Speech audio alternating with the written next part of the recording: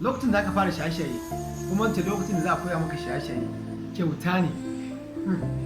Gaskiya an shaye-shaye akwai dabara, akwai su da dabara, akwai su da wayo. Wato za a kira ka farko za a fara nuna maka cewa wannan abu idan ka sanya sa ba komai bane, ai wannan ba cutarwa, kuma sannan ma wannan yana ƙara basira. Daga lokacin da ka fara sha mata kiɗi za a fara kawo maka, kuma sannan ana kiran ka a waya, kana ina ne? Bari a zo a kawo maka, za ka fara sha. Za a fara koya maka kana sha sai an tabbatar cewa ka san daɗinta. Daga lokacin kawai sai a zanya hannu a baka.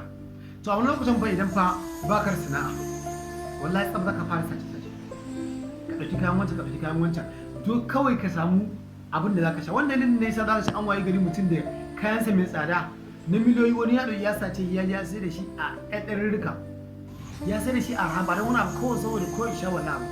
Yau ka sha, gobe ka sha, jibi ka sha, daga nan ka fara sata daga abin da ke kusa da kai. Daga nan fa shikenan za ka ɗora. Maganar gaskiya shaye-shaye ba ƙaramin ruguza rayuwar matasa yake ba. Amma ta yaya za mu iya kawo ƙarshen, ko za a iya kawo ƙarshen shaye-shaye? Juna sun ce wasu ce abu ne mai wahala, amma za a iya kawo shi. Tabbas, ta yaya? Sannan me yake sa wasu suke fara ko shaye-shaye? Me yake sa mutum suke fara shaye-shaye?